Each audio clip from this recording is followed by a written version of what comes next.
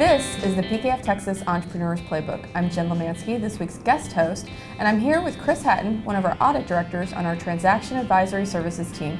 He's also a certified mergers and acquisitions advisor. Welcome back to the Playbook, Chris. Appreciate it, Jen. So Chris, we've talked in a couple other videos about transaction advisory services, due diligence. There's a lot of prep that goes into that. What does it mean to get a company market ready?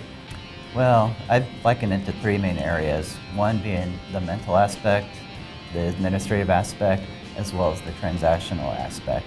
When I say mental, I mean, a lot of times we have clients that are closely held businesses or still within the same family. And for them to get to the point where they're ready to sell the business, there's a lot of hurdles that they actually have to overcome.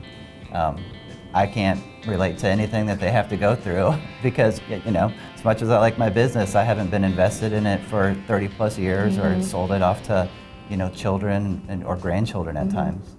And then from the administrative standpoint, there's a lot that goes into it.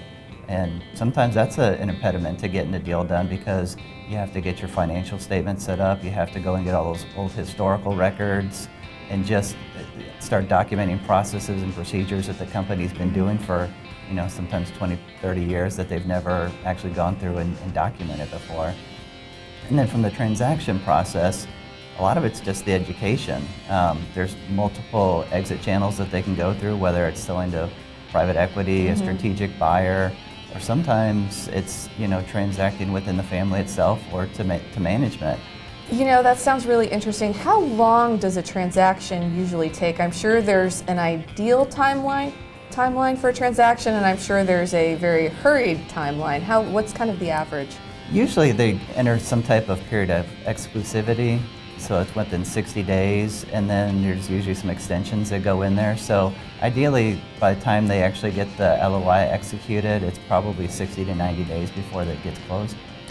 And on the transaction side, when should they start getting somebody like PKF Texas involved? For a year, 2 years, 6 months?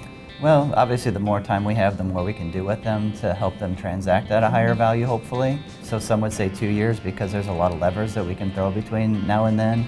But even if it's just, you know, 60 days in advance to help them get their books cleaned up and help get their records pulled together, that'll help. Perfect. Well, that's great. We'll get you back to talk a little bit more about it. Definitely. Thanks.